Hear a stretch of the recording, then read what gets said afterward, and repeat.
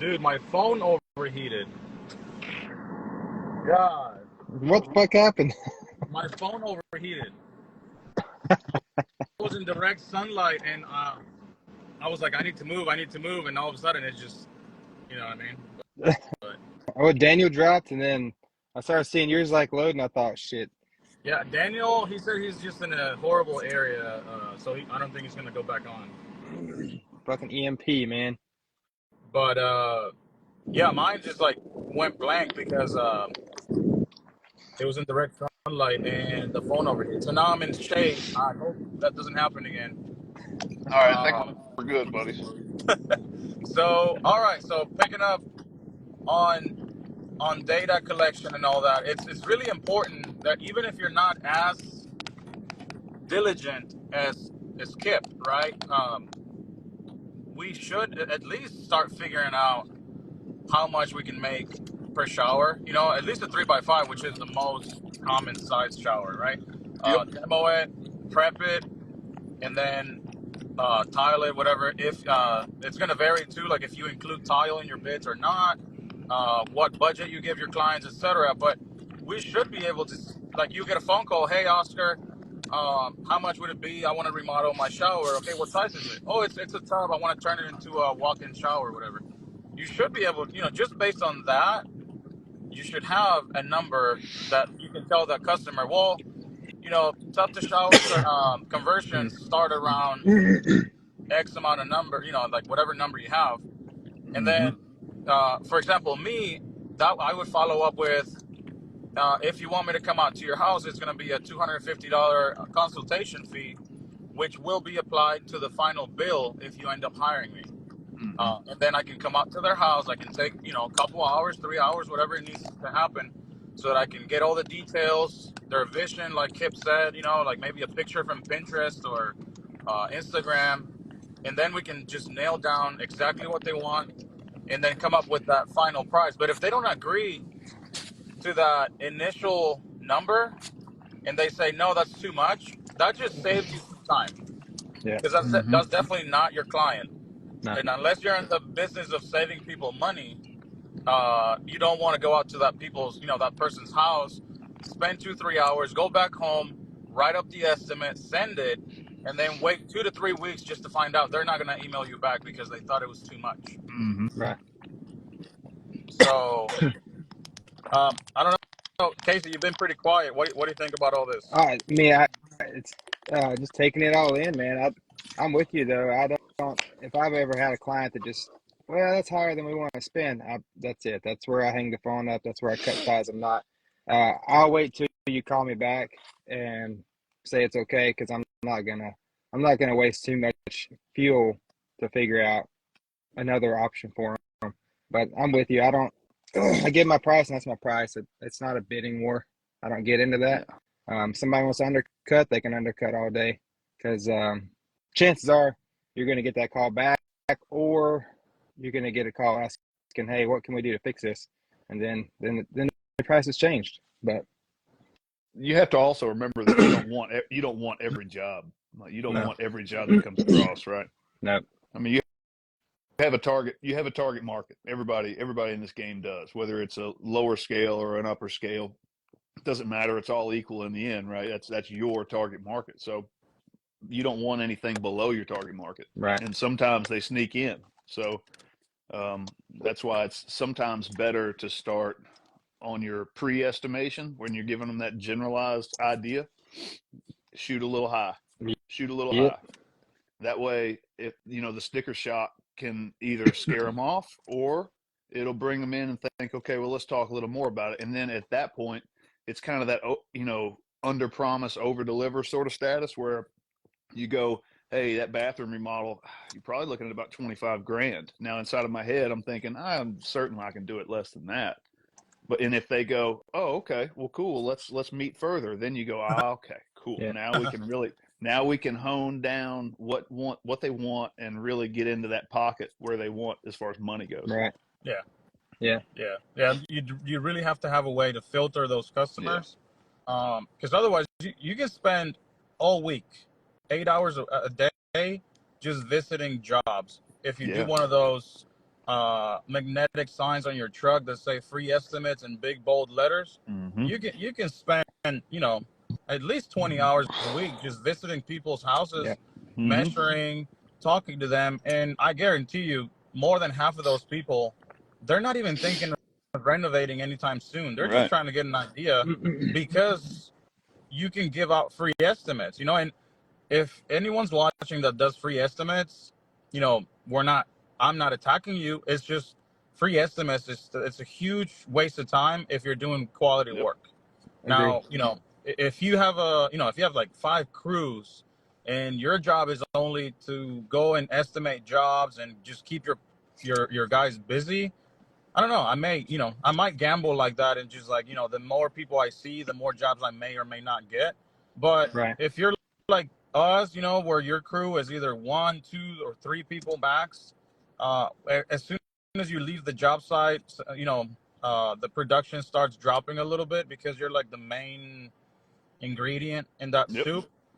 Then you're costing yourself money if you're just going around. Or let's say you do your estimates after hours, right? Well, now you're not Mm-hmm. going, you're not getting home until like 8 or 9 every day just because you went to visit all these houses, and you may not even get those jobs. So for me, what's worked is adding a fee to for a consultation. That's been a huge leap from the me from before to the me that's right now doing business. Because if they're not willing to give you 200, 100 bucks, 150, whatever your fee is, that they know will go back to the bill at the end. If they're not willing to do that, maybe they're just not serious about it, or they're Mm-hmm. just looking for what they call a good price, a good price for them, Yeah. not a good price for you. Never, it's never a good price for you. They're just like, I hate when they ask me that question. What's your best price?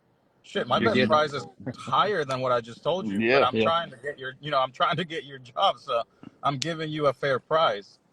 So right now, let me explain something that's going through my head, and you guys can contribute thoughts. So I went to Tice, and I met this follower actually from Alabama. His name is Juan, and he asked me to take a picture with him. Then I met him at a restaurant after the convention. That guy actually paid for my bill. Like when I asked for the bill, the Mm-hmm. waiter was like, "Oh, there was a guy over there. He says he's your fan," and he actually took care of the bill. I was like, "Oh shit!" Like That's awesome. amazing. My wife was right there with me, so she actually got to witness this. Like she probably wouldn't have Mm-hmm. believed me. And then so I went to his table and I said, "Thank you," blah blah blah. I actually stayed Friday and I didn't go to the convention, so I actually texted him and I was like, "Hey, do you want to hang out?" Because he was there with his wife too.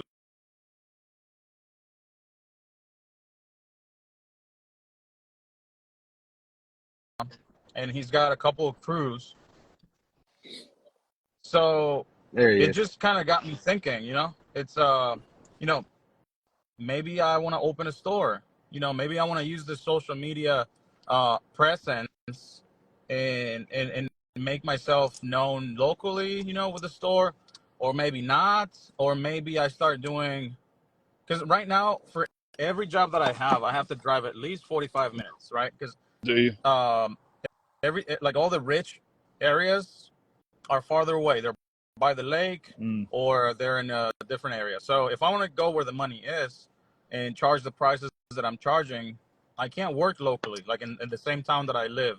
They're just not going to pay it. But I was thinking, like, I get so many requests from local installers, like, hey, guy, if you ever need someone, here I am, this and that. So I was like, well, maybe I just do like some Facebook ads or advertising on like the church bulletin. Yeah. And then if I start getting more work locally, even if it's for a little bit less money, because I know the price is going to have to drop a little if I want to get more work locally. But then I can sub it out to these guys that a couple of them I know that they're pretty good actually. If they just if they can just follow directions and do it the way that I'm expecting them to do, Mm-hmm. then maybe it could be something. Maybe. I Yeah. would be. Here's what I would do if I were in a large area. Oscar, you're around Austin, right? You're right outside of Austin. Yeah. If I were in a larger area that had a lot more installers. We've got a handful of installers in my town. And what I would do is I would use my branding, because you have branded yourself on social media here. You could use that brand to move into that retail outlet where your business is no longer installing tile. You still could, but now you've got like an exponential growth factor, because you could say, okay, here's my brand. You understand my quality. Now I have 15 other installation companies that do installs for me. And Yeah. so now you could go all the way across Austin. You could go in the lower budget end, you could go in the high budget end, and use your brand alone just for the labor, really, if you wanted. Or you could start the tile and start full retail, selling material and all that stuff. I agree. Yeah. Yeah. That's exactly my thought. It's and actually some people at the convention that I met, they were telling me that, they're like, you're not taking full advantage of the presence that you have right now, because Mm-hmm. it's not going to be forever. Right. And um, I feel like I'm onto something. I'm still like, these days after I came back from Vegas, I'm trying to process this and how to go about it. Like, first thing is first, I need a website. Yep. Like, that's the first thing that I'm going to work on, getting a well done website, where people can see the services that we offer in previous jobs. Right. Yep. Then after that, I was looking at Heavy Tile. Heavy Tile, he's opening a storefront, Yep. but he also uses this app or software called Jobber, where it's Yep. basically, people go on there. It's like a questionnaire. So by the time they actually book the appointment with you, you know a lot about their project already. Right. So that's kind of like, that's probably an implement that I would put on my website or all over my social media. And then as jobs start coming in, and I start getting overflowed with jobs, then I can start, having some of these guys do the work. I was even thinking, like doing, like, say I have 2-3 installers that I trust, doing like a 1-day seminar in my house where I show them exactly how I want them Yep. to build my showers. Yep. Like, I don't care if they go work with somebody else, but if they come and, work with me, this is the way that I want them to, because it's my name on the line, right? So I want you to Yep. do it this way, and we're going to do it like this. So I don't know, it may be something, it may be too overwhelming, because I like peace of mind. So in the past, I've shied away from like stressful situations, Mm-hmm. like having too many employees and just bull crap like that. But I feel like for a couple of years now, I'm just too relaxed, and it's not bad. It's not a bad thing, but I think I feel the need of just like doing something. Yeah. Well, so that's the same point that I was at, Oscar, when I decided to expand. You have to, you come to a crossroads, right? You realize your maximum potential of where you're currently at, and then you have to make a decision. Do I grow, or do I do something different? Or do I maintain the steady? I'm not a steady guy. I'm not that guy. I have to be doing something. I have to overwhelm myself at all times. I'm a maybe untreated, undiagnosed ADHDer, so my mind goes 1,000 miles an hour all the time, and I'm always looking for that next level up. So for what you're talking about, man, you have to understand that that's a big goal. So you have to take that in bite-sized pieces. So if I were you, the way that I would self-reflect on what exactly I want out of somebody is I would spend the next month and a half developing SOPs and OPLs, which operating procedures, and 1 point less quality expectations are in different scenarios.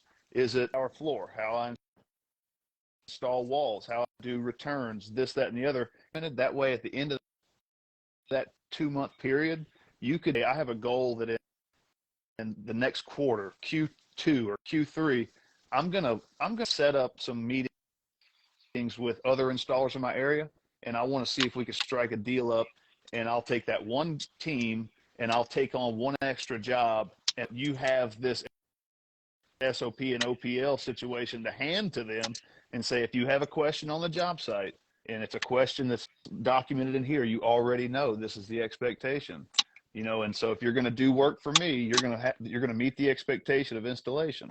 And then what you can do, that'd be your test run. That's your trial. Can I trust this team to do what I need them to do, and I profit off of them, and they earn a living as well. And then from there, you could say, okay, well, that worked with one team. Now we're going to add another team. And then before you know it, you've got 3 different companies that you're subbing work out to. And now the profits that you're making from that, you just reinvest into a store where you can grow that brand even further. Yeah. Yeah, I think, like you said, it's a crossroads, right? It's like I'm happy, And I was reading here from Skyline Tile LLC. He said if you're not growing, you're shrinking. I have to defer from that because I haven't been growing as a company, but I have been raising my prices. So I haven't shrunk, right? But I just, like you said, I reached the point where I'm like, I need to do something now that I'm younger so Mm-hmm. that I have time to actually perfect it at some point, right? Not Yep. have to do it because I get hurt or I have an illness or something is preventing me from installation, doing it myself. I want to do Mm-hmm. it now and like you said, implementing a bunch of the automated stuff, like the jobber, Yep. where I can just get the lead and then also make. I've always thought of doing like the seminars, where I teach the way that I build showers, right? So I could do that for Mm-hmm. my own installers. Like, I wouldn't have to do it for everyone, but just like, hey, you want to work with me? Well, you have to go through this like course, right? Where I Yep. teach you the same, the way that I can do things. Like, we install the flange drain. You can use Flow Effects. Of course, I like Flow Effects better, but you can use Flow Effects or Schluter. It's Yep. interchangeable. Membrane, you can use whatever membrane you want. They're all pretty much the same. Mud bed, the same thing. You can use Mape, Laticrete. So pretty much like a generalized idea of how I like to build my showers, and then you pick your components as you like. As long as Mm-hmm. we do a water test or something, and the shower is built bomb proof, then we know that that's the way that I work. I know some people, if they were going to do it, they'll probably be like, oh, well, you have to use all Schluter products. And that's fine. If that's the way that you Mm-hmm. carry your business, I respect that. So I think I'm onto something. And, hopefully I get to document the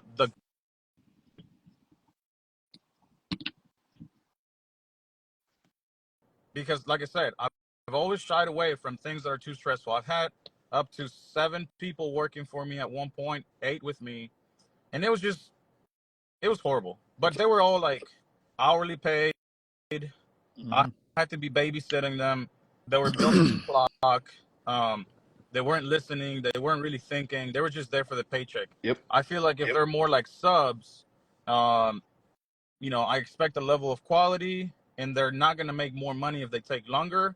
But also, since there's a level of quality that I need, they can't just like blow it, like do it super quick.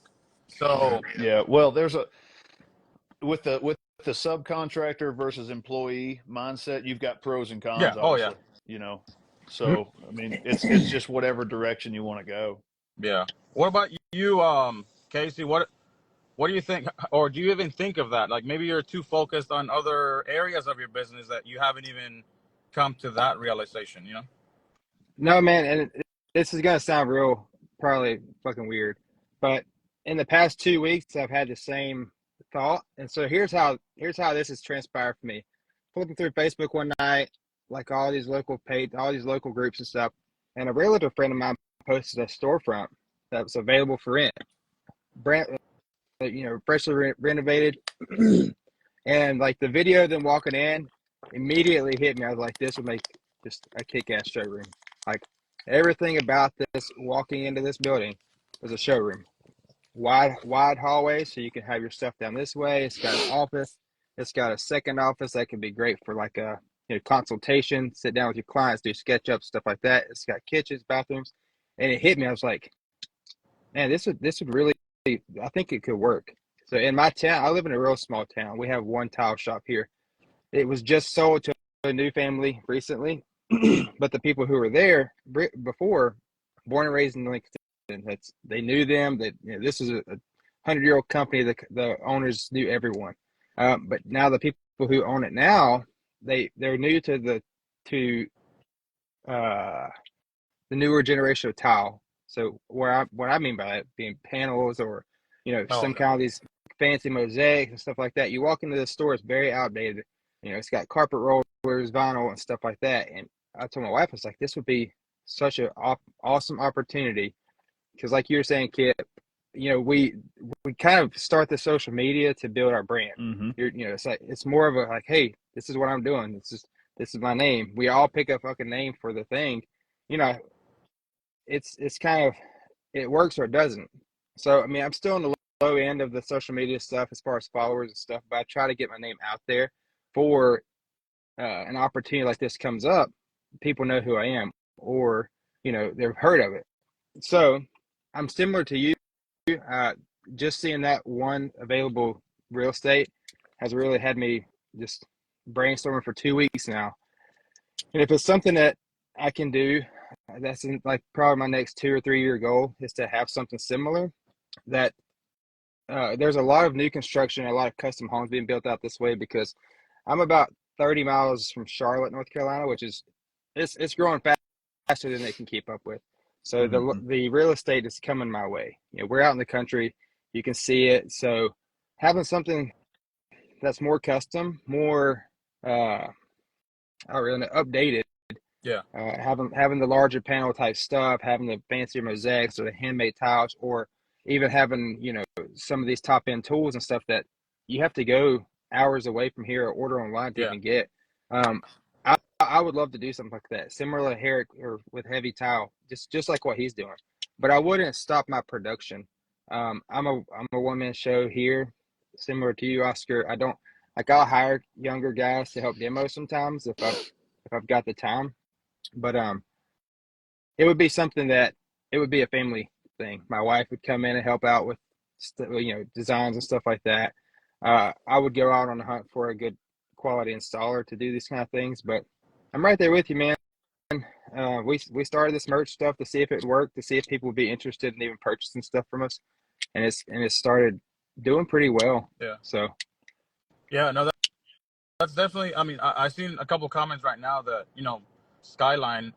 He was like, you guys making me think of what's next, and I think we all need that at some point, yeah, right? We these lives that we do, it's not we don't want a lot like get more followers, like just be famous and stuff. It's just like pretty much people that want to talk about the same issues that everyone has, and no one talks about it, right? There's yeah, not something where like this subject specifically, I've never heard anyone talk about it, and it's something that shit has been in the back of my mind for like the past 5 years because I'm just that kind of person. you know what am I doing with my money? Is it working for me? Because everyone experienced, like, I don't know, whatever amount of money you had in the bank before COVID. Let's say you had 10 grand, 20 grand, right? Now you have those same 10 grand, 20 grand. It's not the same. So you might think you still have the same money, but you can't buy the same shit with that amount anymore. So no, if that money would have been put towards a piece of land, a rental home or something, it would have maybe it wouldn't be more money, but at least it would have appreciated the same way as inflation is going. So you would have your money there, and that's the same thing. I started thinking about my business because, like I said, I'm happy the where I am. I'm charging good money, but I have to do the work myself. And there's a saying that always comes back to my mind, and it's like, I haven't been able to make money lately because I've been too busy working, right? So I don't want to be working all the time. Like it's not that I'm lazy or that I think I deserve time off. It's just that if I just keep my head down, troweling and putting tile down, it's like, at what point am I going to get off my knees, right? right, So it's that time. Maybe it's not the same for, like, not everyone has to have a storefront, right? Not That would be kind of dumb. Like, everyone just goes out and rents a freaking storefront, right? But everyone has their thing. Like, for example, Shannon Talchick, I think she took a stance more towards social media uh-huh. and like online stuff.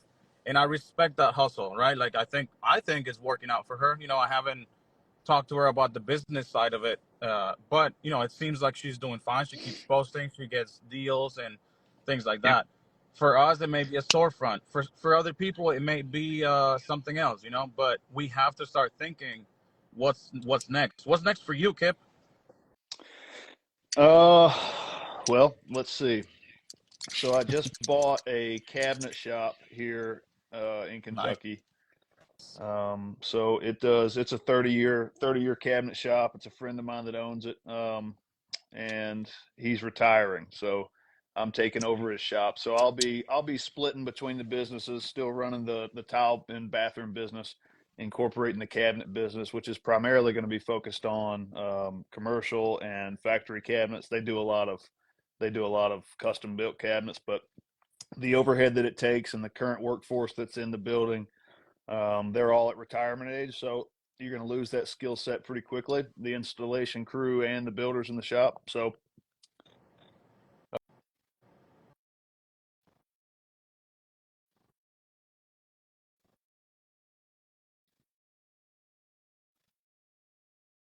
with factory cabinet sales and then commercial cabinet sales, because you've got high profit margins there, where I've got some contacts in federal contracting, like through army bases and stuff, that I'm going to try and get in there and sell and build commercial cabinetry for their projects.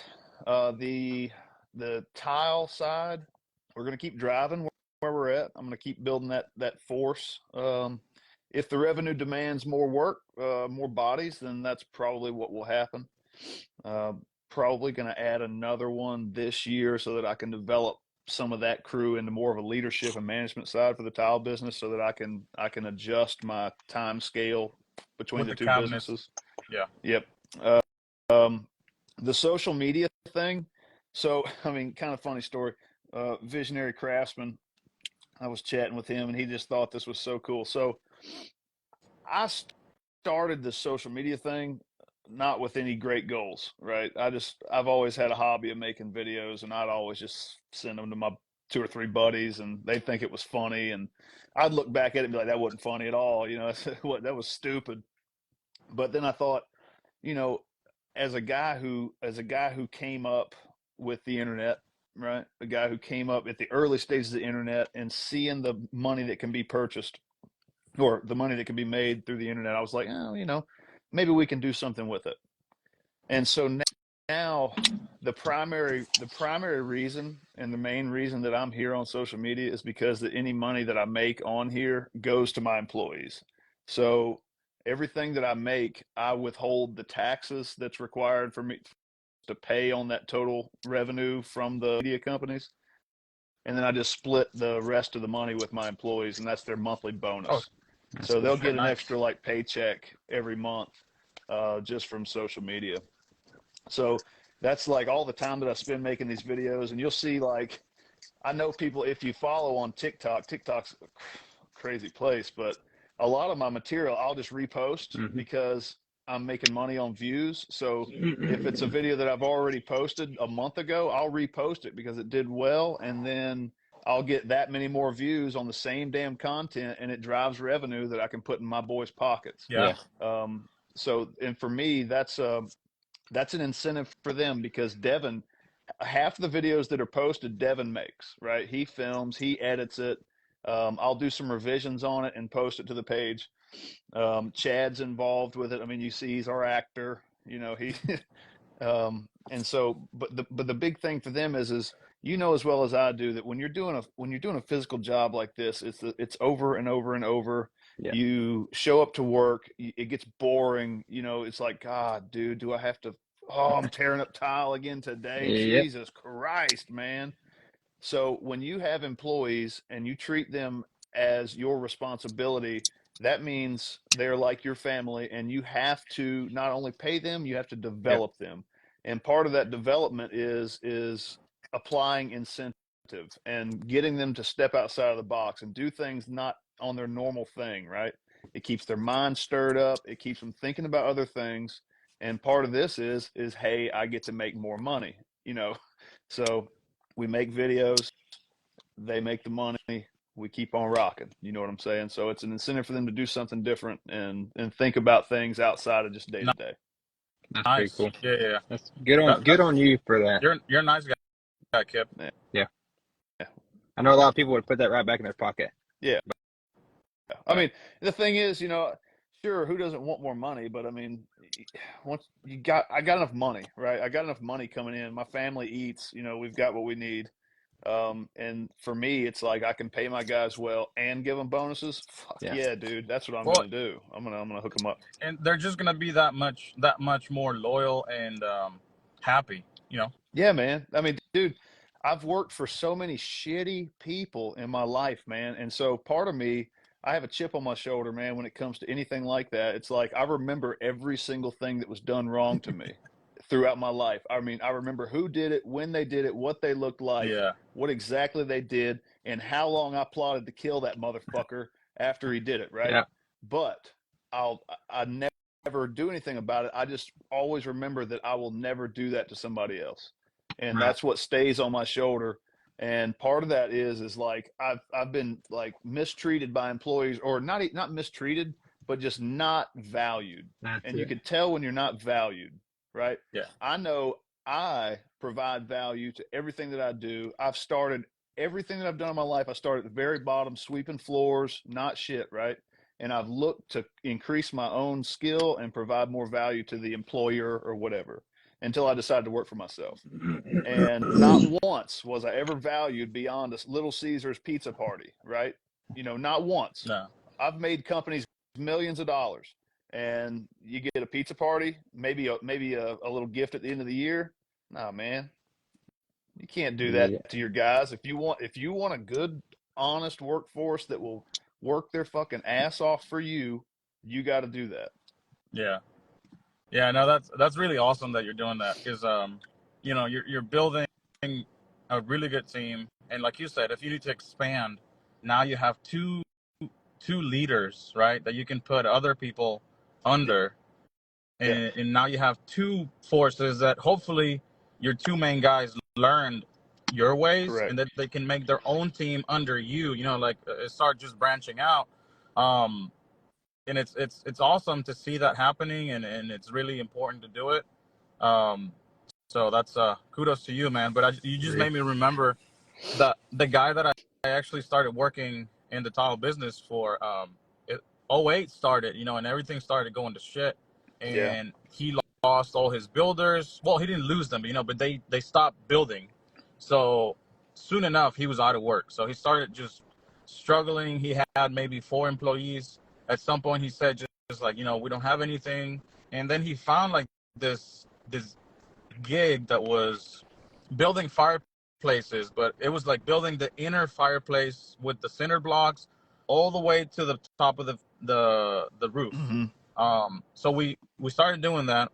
We did that for a couple months. It was a beating. It was like, this big blocks, like maybe 2 foot by 2 foot with the center hole in the middle. And Mm-hmm. then we would have to install them right after framing because, the flute box had to be built before. And so we had to figure Yep. out ways of getting those boxes in there, with ropes and, so it was a lot more work than tile, but he was paying us the same money as if we were doing tile, right? And we Mm. were working longer hours, whatever. Well, one time we got to a house, and he sees the plan. He's like, well, there's a fireplace going here, but the room was like no bigger than a 10 by 10. And I was like, why would they want a fireplace here? He's like, I don't know. It just says in the fucking plan, we're going to build this. And I'm like, shouldn't you like call someone? Like, this doesn't make any sense. Why? Because these are actual fireplaces. They're not like your electric Right. bullshit. It's like, why would you want a big ass, like the fireplace itself was probably like 3 by 5, Yeah. And nope. I mean, we went on about it. We built it exactly where the plan said. It turns out it was in that room, but we were supposed to cut out the outside, and it was supposed to face the outside, right? So it was like an outdoor fireplace, but the box was gonna be inside the building. Well, we worked like 2 weeks straight, and then by the end of the second week, I go collect my money, and he gives me $150. And then I'm like, I just grabbed it and I went home, and I got home and I called them. I was like, I think, is this a mistake? You gave me $150 and we've been working for 2 weeks. He's like, man, we lost money on that fireplace, and this is all. Mm-hmm. And I That's all was you had so left. pissed, dude. I was so pissed. I hung up and I was like, we didn't lose shit. you Mm-hmm. lost shit. You know, like we tried to Yeah. correct you, and you didn't listen, and now you're punishing everybody else because you fucked up. And I'm sure you kept a good amount of His, money for yeah. your family to be okay. Yep. And this is how much I was able to scramble from your fucking. You know, like, oh, it was horrible. That's the second that I realized I was like, I can't keep working for this guy. Um, Mm-hmm. Unfortunately, I had just moved to, you know, like, I moved to Texas because of that job, and then I didn't have any connections. I couldn't call like my buddy the painter, my buddy the carpenter. Right. So I went back to waiting tables, and I think I worked at a Burger King for a couple weeks, Yeah. and I wasn't cutting it. It wasn't cutting it because I was already with my wife, and I don't know, maybe 3 months later, I realized I was like, dude, I mean, I know the basics of installing tile.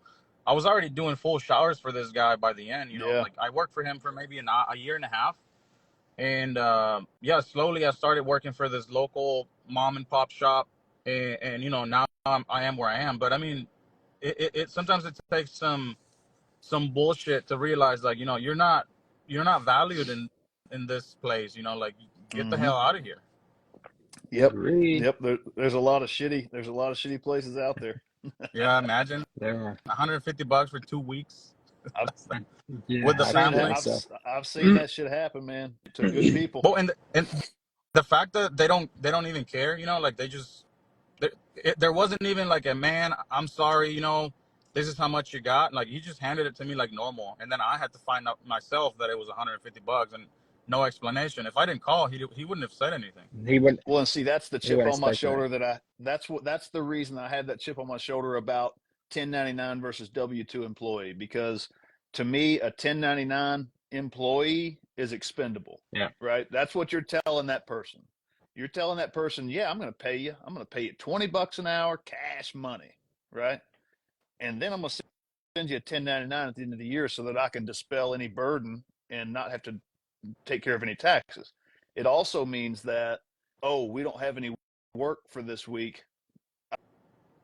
I don't need you this week. And So you're sorry. and me, like if you work for me, I may not be getting paid, but you are, right? Yeah. I'm going to find something for you to do, or I'm going to give you the day off paid or whatever. I mean, that's your responsibility. An employee is like your child.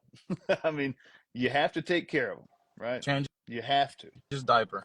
Yeah, exactly. Make sure they eat, you know. And when you're a 1099 employee, you do not feel confident that that person cares about you enough. You know, Yeah, that's just the way No, I feel. yeah. no, I agree. Yeah. I'm. You know, I can say that I think I've been in this business since '08, so whatever that many years is.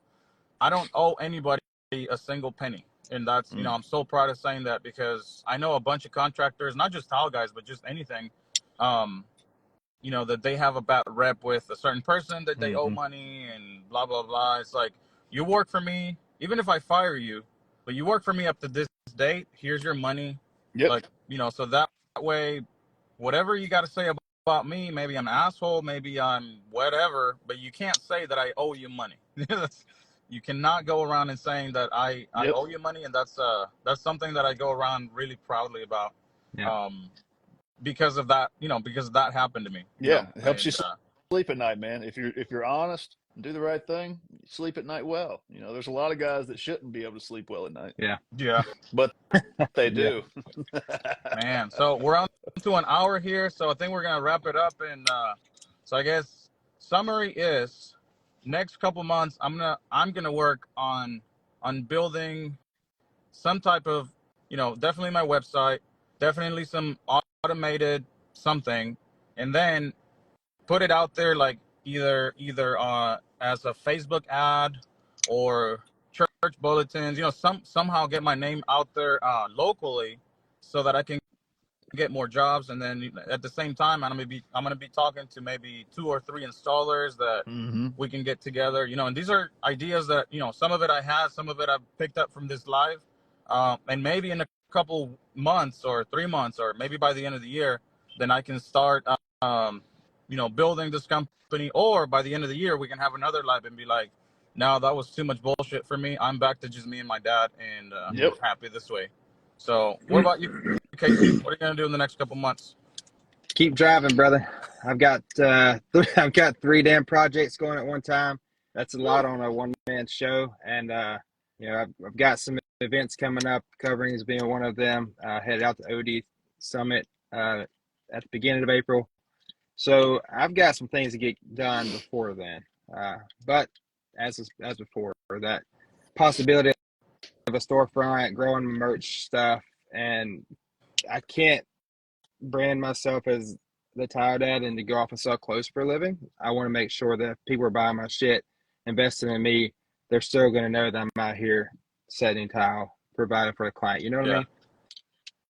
What about you, Kip?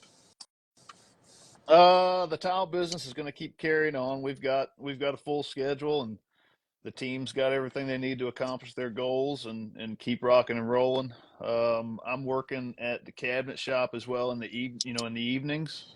Already selling cabinets to some of my contractor connections. So just kind of focusing on learning that business from the ground up.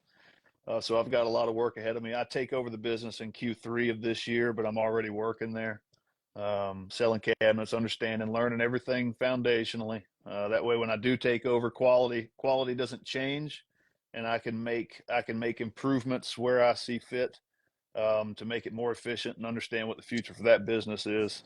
So it's going to be wide open. I think my largest challenge coming up in the next 6 to 8 months is going to be self-discipline. Self-discipline is going to be the critical piece of what I've got to focus on, Yeah. because if I can't remain self-disciplined, I'm not going to be able to manage the two businesses. So that's a challenge, and that's something that I'm putting some factors together for. So How many? I didn't ask you this, but how many employees does that cabinet shop have, and are you planning to keep them? yeah, so all the employees there will remain. So there's 3 employees there now. They will all remain until they don't want to be there anymore. They're all at retirement age. They're all at Social Security age. So I told them it nothing will change as far as that goes. They know me well. I know them well. So they're going to keep doing what they're doing until they're ready to retire, and then I'll have a plan lined up behind that. So Cool. more than likely, here in the next few months, once there's some time that I can figure out what's going to happen, is I'm going to cross train my tile guys over there on the cabinet side so that there can be some overlap in the Shit, I was businesses. about to ask Um, you that. Are you you gonna know, teach your guys the other business? So they, because they're such a, they're an extension of you right correct. now. So the more they know that I think is the more help that you can have. Yeah. Yeah. Correct. Nice. Correct. So they're going to get cross trained. They're going to get cross trained there. That way, depending on what's needed for the businesses, it can happen. So Nice. And I'm guessing since you're gonna be so busy, you're probably not going to coverings or any of these big events. probably not this year, man. Yeah. Because on top of that, I didn't mention anything about family, because family is, aside from business, family is above business Yeah. to me. Oh yeah. I've Right. Fuck yeah. got I've got my wife and 2 daughters. I've got a daughter that is a junior in high school, so I don't have that much more time with her. So we do a lot of stuff Yeah. together. My youngest, she plays competitive volleyball, so Oh shit. every Nice. weekend, she's 12, will be 13 in July. So every weekend in February and March, we're traveling for travel ball. So we're out of town. That's why I made that damn thermostat video that I posted the other night. But because you get into those hotel rooms and they're too damn hot, no air's moving. I saw that and I was like, wait, Kip is expanding the content. Now he's gonna teach yeah, tricks and yeah, tips and tricks about AC. just man, it's strictly for the views. So if you see something out there and wonder what the hell's he Dude, doing, it's just for if views, you man. take a look at my fucking TikTok page, I'm one of those guys that tries everything. I try the trends, I try different styles of videos, I try Yep, anything, because at the end of the day it's content, and yep, Yeah. it doesn't matter. But like you mentioned, family, yeah, family is the most important thing. You yep, cannot neglect your family yeah, just because you're trying to grow your business. Because at the end of the day, right. you're going to have a business that may or may not Hmm. fail. And then your family might be just like, I don't know, they might Yeah. leave you, Right. because you're not there. So same thing here. Like Saturday and Sunday, I never work. My Yep. kids, they play soccer. My oldest son, He plays varsity at the high school. My daughter, she's in track. Yeah. You know, and just recently I signed up a rec team for volleyball for like adults, so me and Yeah. my wife can play. And then yesterday, actually, we signed up an indoor team because I'm a soccer guy. Yeah. And I signed up a co-ed soccer team with a bunch of friends with their wives and stuff. So we, you know, and this is all happening Sundays. Plus, I'm also part of like this group in the church that's a seminar for, not seminar, but oh, what do you call it? A group for like families and stuff. Yeah. Because I'm Catholic, so I try to balance everything with that. But I feel like if I let that go, I'm just gonna lose my sanity, right? So Monday Yeah. through No, that. Friday, business, and then weekend I take care of all these other stuff to just keep a bond with my family. Yeah. Yep. Good on you. So what about you, Casey? What do you do for fun with your family? I've got four kids, man. 12, 9, 4, and 2. So I'm like Kipp. My 12-year-old plays travel baseball, so that's getting ready to start up. Oh, nice. So gonna get him started throwing this weekend, and I'm with you. I don't work Saturdays and Sundays. I My initial plan for 2024 was to not work Fridays. That didn't work, but we're only a month in. Maybe there's still time for it, but man, we do all kinds of stuff. I mean, like I said, 2-year-old, 12-year-old. So what you can do with the 2-year-old, what you can do with the 12-year-old, we get it in there. So we Nice. we try and keep them outside, man, especially when it's nice out. I don't care if they're outside playing in the mud, come in filthy. I'd rather them be that way than watching something. Yep. All right. I think I'm actually gonna keep this live in my feed because the other ones I've erased, but I feel like there's a lot of really good information on this Yeah, one. I Cool, man. Plus, Daniel's agree. not here because he's fucking ugly, That's why you're and keeping it, right? I'm keeping it. Yeah. So, but thank you very much for your Yeah, time, Kip. Thank you, Casey. We went absolutely. like an hour and 10 minutes. Sorry about the phone heating up earlier, but I think everyone who chimed in got something out of this live. You know, I not agree. everyone's situation is the same, but Right. hopefully even the spark of thinking about your future, you know, can help people. Yep. Because just going about your future without thinking about it, it's kind of dangerous. You know, It is. so It's self-destructive if you're not yeah. thinking about it. Yep. So everyone, yeah, go back to making some money, and I will be seeing you guys around in social media. See you, fellas. See you guys.